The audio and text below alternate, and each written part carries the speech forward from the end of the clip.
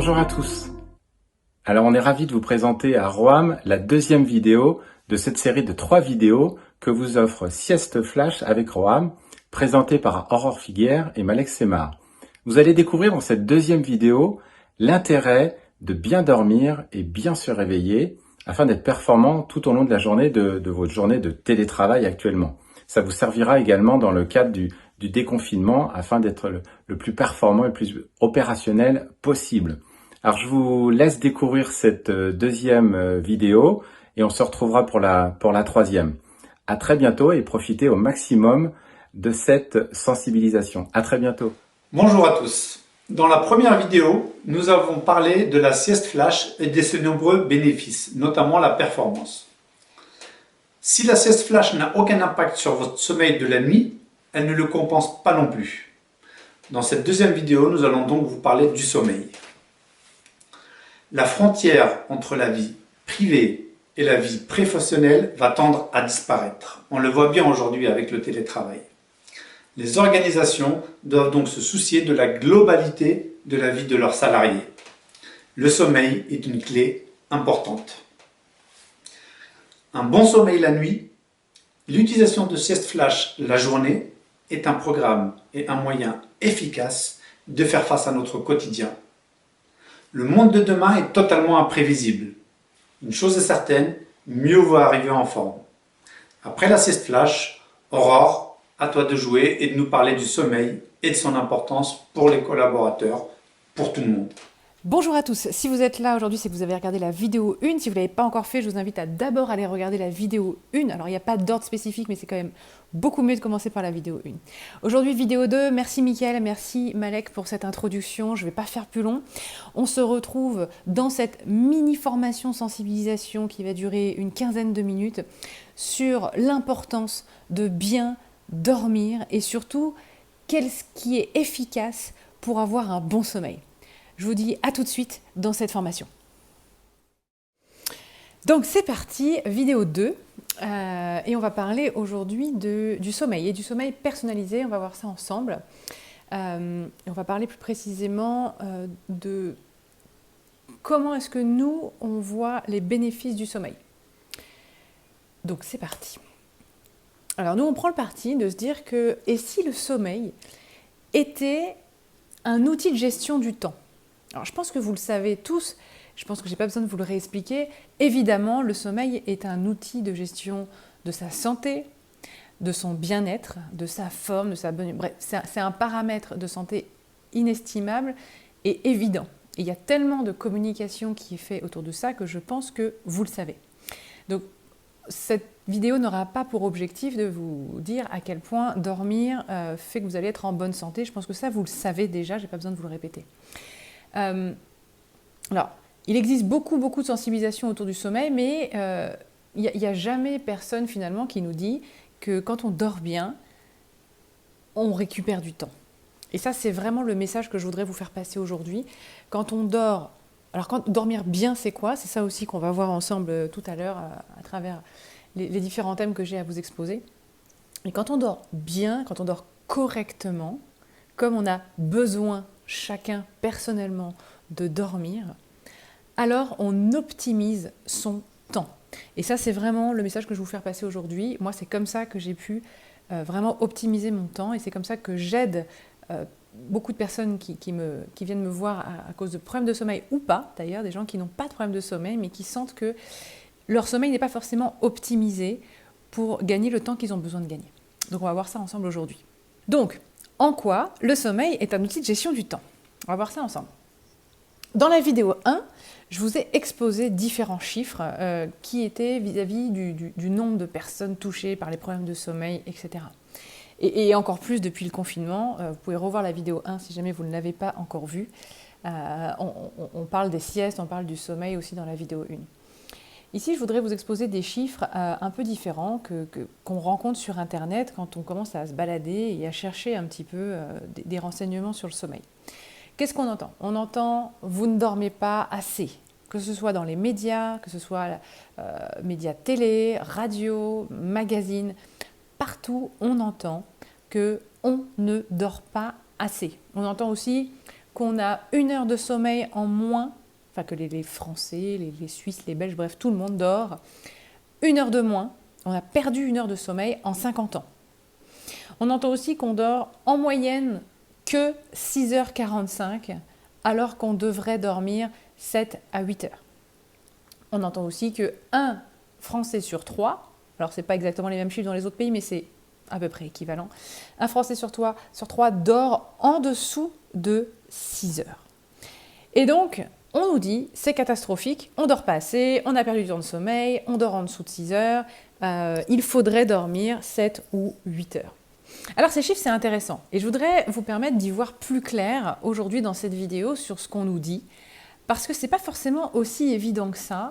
Et le problème, c'est quand on entend qu'on ne dort pas assez, eh ben on a tendance à vouloir dormir plus. Sauf que si on ne dort pas comme il faut, de manière adaptée à chacun de nous, dormir plus n'aura aucun effet, ça ne va pas vous aider à récupérer en sommeil. Et en plus, ça peut avoir des effets complètement opposés à ce que vous voudriez. Parce que le problème, c'est que quand on dort trop, ça a les mêmes effets que dormir pas assez. C'est-à-dire que vous allez vous sentir fatigué. Je pense que vous avez tous déjà fait cette expérience. Un dimanche, par exemple, d'avoir fait une sieste à rallonge, on en a parlé, je crois, dans la vidéo 1, vous faites une sieste à rallonge et derrière, vous vous sentez pas bien. Donc, si vous dormez trop, et c'est pareil pour votre nuit, si vous avez passé trop d'heures dans votre lit à dormir, ça, vous le sentez des fois le week-end. Vous vous réveillez le matin tôt, c'est-à-dire à peu près sur votre rythme de la semaine habituelle, et puis vous voyez qu'il est tôt et vous dites bah, c'est le week-end, je peux dormir, donc vous restez au lit, et donc d'une certaine manière vous obligez votre corps à se rendormir, alors que lui il était réveillé et qu'il était disposé pour se réveiller. Mais non, on lui dit non, c'est trop tôt là, donc rendors-toi s'il te plaît. Donc on oblige le corps à se rendormir. Donc en général ça marche, alors pas pour tout le monde, mais en général ça marche, on se rendort un petit peu, alors on rêve à moitié, c'est pas un sommeil exactement pareil que la nuit, c'est pas grave, et après quand vous vous réveillez, vous êtes encore plus fatigué que si vous vous étiez levé avant. Et on s'est souvent fait cette remarque-là. Donc c'est ce qui se passe, quand on dort trop, on se sent fatigué. C'est paradoxal parce que du coup on dort trop, on se sent fatigué, alors on se dit qu'on n'a pas assez dormi, donc du coup on voudrait dormir plus et on veut récupérer, donc on fait une grasse mat, etc., et ça n'en finit plus, parce que c'est pas la solution. Donc, quelle est la solution? La solution, elle est simple. En fait, moi, j'ai pour habitude de dire, c'est pas qu'on dort pas assez, c'est qu'on dort trop mal. C'est trop mal. C'est vraiment important. Pourquoi? Parce que je préfère vous dire que vous dormez mal plutôt que vous dormez pas assez. Parce que si vous dormez pas assez, vous allez dormir plus. Et comme vous n'allez pas dormir correctement, le plus n'aura pas l'effet que vous voulez. Par contre, si je vous dis que vous dormez mal, là, on cherche à comprendre, ah bon, alors comment est-ce que je peux dormir correctement? Comment est-ce que je peux dormir mieux? Et c'est là que c'est intéressant. Le sommeil, c'est personnalisé. Chaque personne a son propre sommeil. Chaque personne est faite pour se coucher vers une certaine heure, se dormir pendant un certain temps et se lever à une certaine heure. Tout le monde n'est pas fait pour se coucher à 22 heures. Tout le monde n'est pas fait pour se coucher à minuit. Tout le monde n'est pas fait pour dormir 8 heures, comme on nous l'indique. Tout le monde n'est pas fait pour dormir 6 heures, 5 heures. Il y en a qui sont faits pour dormir 4 heures, il y en a qui sont faits pour dormir 10 heures. Alors ce qui se passe, c'est que, bien sûr, ce qu'on vous dit dans les médias n'est pas faux. En plus, il y a beaucoup de spécialistes du sommeil qui vont vous le dire. Donc évidemment, ce n'est pas faux quand on vous dit que vous ne dormez pas assez ou qu'il faut dormir 8 heures. Ce qui se passe, c'est que tout le monde regarde les médias, ce qui fait que ce soit une personne qui a besoin de 5 heures de sommeil, de 10 heures ou de 8 heures, tout le monde regarde, tout le monde écoute, que ce soit à la radio, dans les magazines ou à la télé. Donc du coup, on vous donne une information qui est généralisée pour toucher le plus grand nombre. C'est vrai qu'il y a plus de gens sur cette planète qui ont besoin de 6 à 8 heures de sommeil que de gens qui ont besoin de 5 heures de sommeil. Il y a plus de gens qui ont besoin de 6 à 8 heures de sommeil que de gens qui ont besoin de 9 à 10 heures de sommeil. C'est vrai. Donc du coup, c'est sûr que quand on dit que vous avez besoin de 8 heures de sommeil, on va toucher plus de gens quand on va le dire dans les médias. Mais il me semble important parce que vous faites partie peut-être de ces personnes qui ont besoin de moins de sommeil ou qui ont besoin de plus de sommeil. Et le problème, c'est que parfois, je reçois des personnes qui viennent me consulter pour les problèmes de sommeil et qui me disent « je ne dors que 5 heures, j'ai un problème ». Sauf que ce n'est pas un problème si c'est le temps qu'il vous faut à vous de sommeil. Et alors, parfois, les gens ils viennent et disent « alors je dors que 5 heures, j'ai un problème » et quand je lui demande s'il est fatigué la journée, il me répond non. Donc du coup, on a un problème parce que ça fait quelques années qu'il se lève à 5 heures, qu'il ne dort que 5 heures, et que derrière, il n'a pas de problème de sommeil. Enfin, il n'a pas de fatigue la journée. Donc du coup, c'est qu'il n'y a pas forcément de problème. Donc ça s'étudie, ça se calcule et ça s'étudie en profondeur. Alors évidemment, c'est quelque chose que vous ne pouvez pas faire tout seul. Vous ne pouvez pas tout seul déterminer tous les critères de à quelle heure vous êtes fait pour vous coucher, combien de temps dormir, à quelle heure vous êtes fait pour vous lever. De manière générale, ça s'étudie avec un expert du sommeil. Nous, c'est ce qu'on le fait. Hein. Les gens viennent nous voir et on étudie leur sommeil en profondeur de manière à savoir quels sont leurs créneaux horaires, quel est leur sommeil personnalisé. On appelle ça un chronotype. Quel est leur chronotype? Donc voilà, mais il faut que vous le sachiez, parce qu'en fonction de comment vous dormez aujourd'hui, c'est pas parce que vous dormez pas assez que vous avez un problème de sommeil, ça dépend. Attention, c'est sûr que si vous dormez pas assez par rapport à ce que vous avez besoin, vous avez un problème de sommeil. Et c'est pas parce que vous dormez trop que vous êtes feignant, que vous avez un problème de sommeil, ok? Donc il faut pouvoir le calculer, le mesurer. Alors en quoi c'est un outil de gestion du temps? Ça devient évident parce que dès que on a son sommeil plus adapté, personnalisé, en réalité, moi j'ai fait un constat. Toutes les personnes à qui j'ai étudié le sommeil comme ça et à qui je leur ai dit à quelle heure ils étaient faits pour se coucher, combien de temps dormir et à quelle heure ils étaient faits pour se lever, en réalité, derrière, ils ont gagné du temps. Pourquoi ils ont gagné du temps? Pour 2 raisons principales. La première, c'est qu'ils dorment mieux.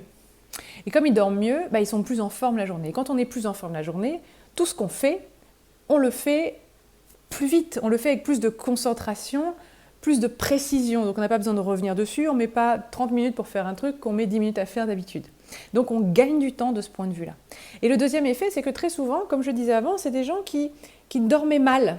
Et ils dormaient mal, mais en fait, ils dormaient trop en quantité, mais pas correctement sur leur créneau horaire. Donc par exemple, si vous avez besoin de 8 heures de sommeil, et que vous avez besoin de vos 8 heures de sommeil, je dis une bêtise, je donne un exemple, de minuit à 8 heures, okay, si vous avez ce besoin-là. Et que, pour une raison X ou Y, vous vous couchez plus tôt, à 22 heures, ce soir-là, hop, vous couchez à 22 heures. Et donc, vous vous dites, il me faut 8 heures de sommeil, donc je vais me lever 2 heures plus tôt, je vais me lever à 6 heures. Parfait. Mais en réalité, votre sommeil n'aura pas été de la même qualité que si vous l'aviez fait dans vos horaires à vous de minuit à 8 heures. Et même si vous essayez de récupérer plus, vous dites je me couche à 22 heures et puis je vais dormir jusqu'à 8 heures, c'est pareil. En fait, là, pour le coup, vous aurez dormi trop par rapport à votre cycle. Donc, c'est ça le problème, c'est que les gens qui viennent me voir et qui veulent optimiser leur temps ou leur sommeil, peu importe, ça va dans le même sens, ils dormaient pas correctement avant, pas sur leur bon cycle et pas comme il faut. Ce qui fait que derrière, ils perdent du temps. Ils perdent beaucoup de temps parce qu'ils dorment plus que prévu et parce qu'ils ne sont pas efficaces la journée. Ils mettent plus de temps à faire ce qu'ils ont à faire parce qu'ils sont fatigués. Okay ? Donc, votre sommeil est un outil de gestion du temps. La quantité de sommeil, bien sûr, elle est importante, mais le créneau horaire sur lequel vous allez dormir est également très important. Donc, tout simplement, nous ne sommes pas tous égaux face à notre sommeil. Ce qu'il faut retenir ici, c'est que certains sont faits pour dormir 4 ou 5 heures, d'autres plutôt 8 heures et d'autres encore 9 heures. Certains sont faits pour se coucher tôt et d'autres pour se coucher tard. Certains sont faits pour se lever tôt et d'autres sont faits pour se lever plus tard. Certains ont besoin aussi, et ça c'est important à le savoir aussi, certains vont être frais, opérationnels immédiatement au moment du réveil, et donc ils vont pouvoir se lever tout de suite et passer à leurs activités. D'autres, c'est complètement différent. D'autres vont avoir besoin de plus de temps pour se réveiller le matin. Ça va être plus long, donc ils se réveillent, mais pour se lever, il va y avoir un temps entre le moment où je me suis réveillée et le moment où je me lève. Tout le monde n'est pas égaux face à ça et il faut pouvoir s'écouter. Donc ça, c'est ce qui va être important, c'est que votre sommeil, il est sur mesure. Vous n'avez pas d'autre solution pour bien dormir. Okay ? Ça, c'est vraiment ce que je veux que vous reteniez aujourd'hui. Et donc, bien sûr, vous pouvez étudier en profondeur votre sommeil avec un expert du sommeil. Comme je vous dis, nous, on le fait. Et j'en profite pour vous redire ce que je vous ai dit dans la vidéo 1. Profitez-en parce qu'en ce moment, pendant le confinement, on a divisé tous nos tarifs par 4. Donc, c'est le moment peut-être d'étudier votre sommeil en profondeur en ce moment, tant que vous avez le temps. Mais au-delà de faire une étude profonde de votre sommeil, vous avez déjà, vous, la possibilité de faire quelque chose. Déjà, en cette période de confinement, vous n'avez plus forcément d'obligation de vous lever à telle heure, de vous coucher à telle heure, etc. Il n'y a plus un rythme aussi précis qu'avant. Et comme il n'y a plus ce rythme, c'est justement l'occasion d'écouter quel est son vrai rythme. C'est le moment. Et quand vous dites que vous n'êtes pas du matin par exemple ou pas du soir, si vous le testez sur une journée ou 2 journées, ça ne va pas vous donner des vrais résultats parce que vous aviez une habitude avant et donc vous n'allez pas vous en rendre compte. Donc il faut le tester au moins sur une semaine, sur 2 semaines, voire un peu plus quand on a cette possibilité. Là, il vous reste un mois, un peu moins d'un mois quand vous regardez cette vidéo de confinement. Mais ça va être valable après pour les périodes de vacances aussi, etc. Ce sont des moments dans lesquels on n'a pas de rythme imposé par le milieu extérieur. Et donc, notre rythme intérieur refait surface si on donne l'occasion de l'écouter et de savoir est-ce que quand je me lève plus tôt, finalement, je ne suis pas plus en forme. Et de sortir du schéma social qui nous est donné. Donc, voici quelques questions que vous pouvez vous poser. Est-ce que je dors trop mal? Est-ce que je tente de récupérer mon sommeil à un autre moment? Si oui, il y a un problème. Est-ce que je me lève fatiguée le matin? Ça, on en parlera peut-être un petit peu dans la vidéo 3. Est-ce que je dors en fonction de ma vie sociale ou en fonction de mes besoins physiologiques? Est-ce que je dors en fonction d'une habitude de vie, de ma famille, de mon travail, etc. Ou est-ce que je connais exactement mes besoins en termes de sommeil? Commencez à vous écouter plus. Rappelez-vous, cette période de confinement, et même pour plus tard, ces vidéos seront valables aussi quand vous serez en vacances, c'est commencer à vous écouter et à installer de nouvelles habitudes. C'est l'occasion d'être plus présent à vos sensations. Elles vous indiquent votre réel besoin. Donc, pour ceux qui veulent aller plus loin sur cette étude de sommeil approfondie, sachez que, comme je vous l'ai dit, nous, on fait ces calculs. Donc, l'idée, c'est que pour ceux qui veulent aller plus loin, vous pouvez nous envoyer un mail. Donc, vous avez le slide qui apparaît juste après que j'ai parlé, avec le mail auquel nous contacter. Vous envoyez un mail en disant que vous souhaitez avoir une étude approfondie de sommeil. C'est tout à fait possible. On vous répondra le plus rapidement possible. Et profitez-en. Tous les tarifs sont divisés par 4. C'est clairement le moment de le faire.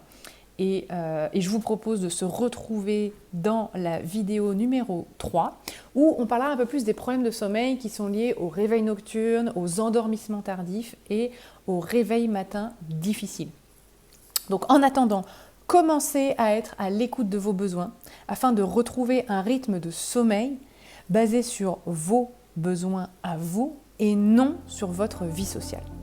Je vous dis à très vite dans la vidéo 3.